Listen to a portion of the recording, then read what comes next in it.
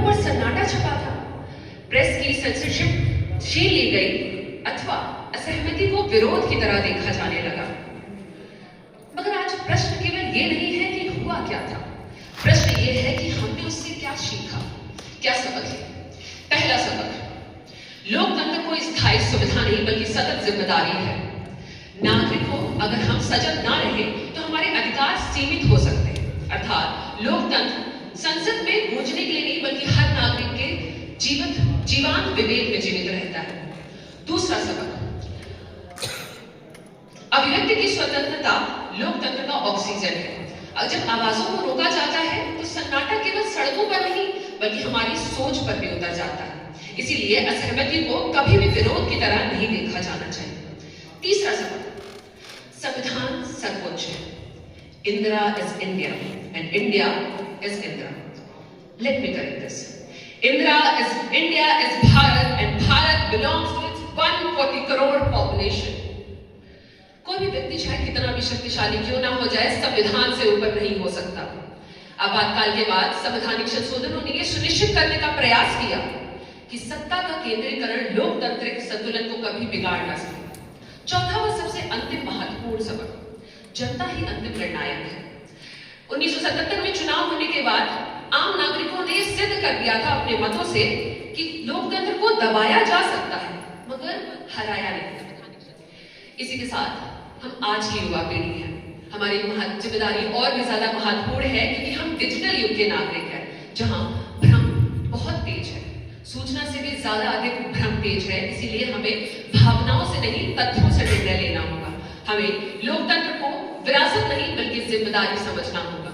हम आज के युवा हैं, हमें इतिहास को पाठक के रूप में नहीं बल्कि आने वाले भविष्य के निर्माता के रूप में देखना होगा। अगर हम सजग रहेंगे, अगर हम सवाल पूछेंगे, अगर हम सच के साथ खड़े रहेंगे तो भविष्य में आपातकाल जैसी कोई भी स्थिति भारत की आत्मा को कभी कैद नहीं कर सकती।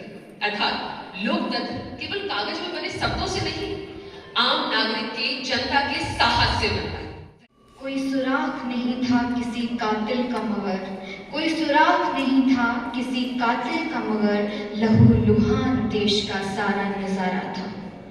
आपातकाल के 50 वर्ष, आज हम सभी यहाँ एक जीवंत घाव का निरीक्षण करने के लिए उपस्थित हैं।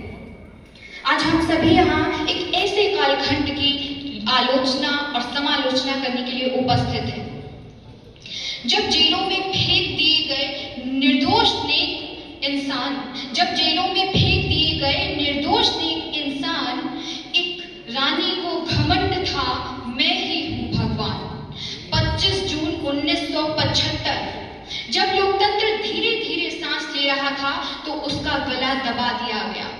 एक जुर्म की वो रात जहां लोकतंत्र के इतिहास में एक काला अध्याय बनकर रह गया, लोगों की आवाजों को दबा दिया गया, प्रशासन को झुका दिया गया और लोगों की आवाजों को दबा दिया गया, प्रशासन को झुका दिया गया और देश के इतिहास में एक काला पन्ना जोड़ दिया गया।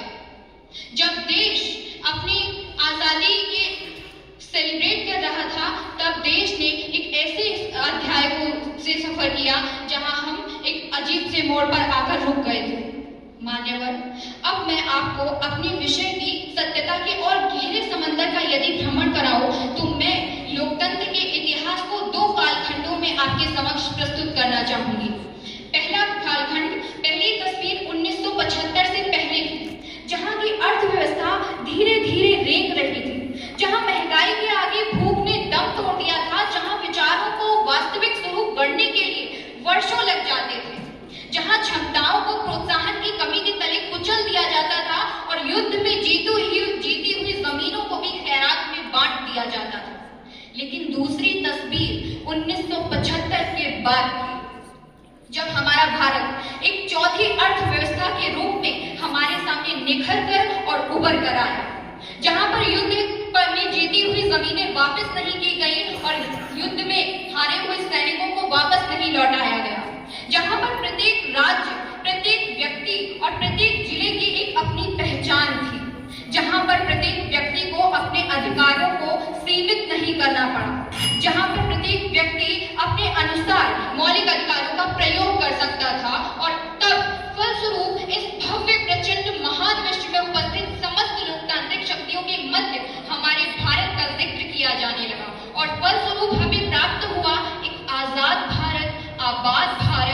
जिंदाबाद भारत। शुक्रिया।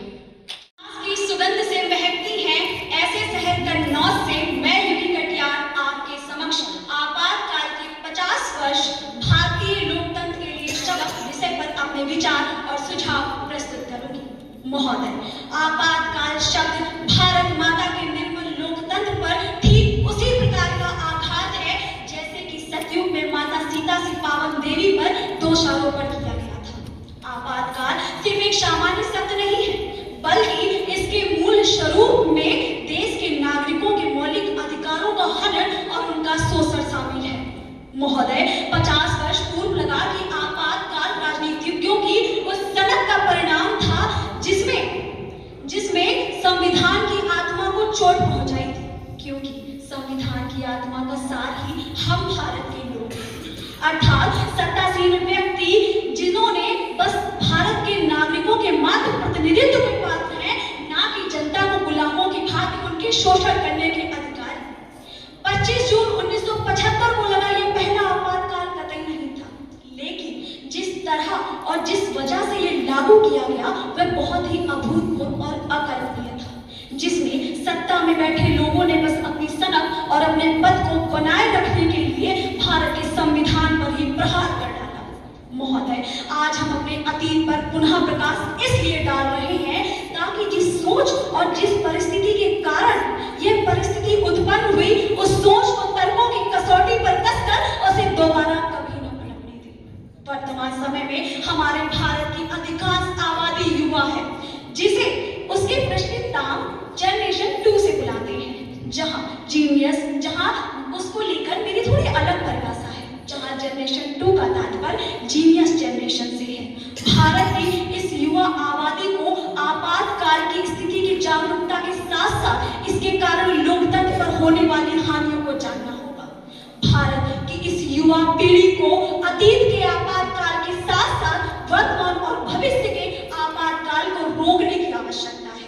वर्तमान समय में हमारा भारत आपातकाल से जूझ रहा है, जिससे हमारे लोकतंत्र का आने वाला कल धूमिल हो रहा है, क्योंकि जो जन देश के कल की नींव रखेगा वह आज मलिन हो रहा है, और जो वायु देश की सांसों में घुल रही है वह आज धूमिल होती जा रही है।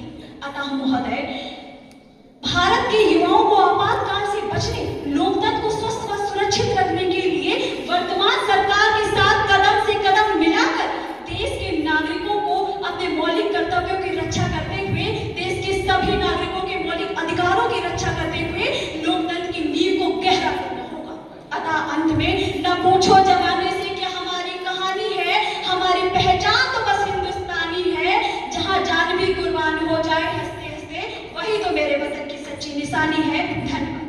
में आए हुए अपने माननीय प्रेरणा स्रोत राज्य मंत्री श्री असीम अरुण जी, जिला अध्यक्ष भाजपा श्री वीर सिंह भदौरिया जी, एनएसएस प्रभारी CSM university Kanpur doctor Shyam Mishra ji, हमारे नेहरू युवा जिला युवा अधिकारी श्री सागर माहेश्वरी जी, राजकीय महाविद्यालय अनौगी के प्राचार्य डॉक्टर हेमेंद्र सिंह जी, राजकीय महिला महाविद्यालय बांगर कन्नौज के प्राचार्य डॉक्टर रितु सिंह जी और अन्य सभी शिक्षक बंधु, छात्र छात्राओं सभी का आत्मिक आभार, वंदन और अभिनंदन करता हूं।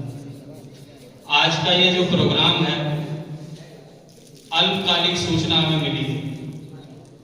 इस अल्पकालिक सूचना में जैसा हम लोग देख रहे हैं कि इसका विषय है आपातकाल के 50 वर्ष भारतीय लोकतंत्र के लिए सबक।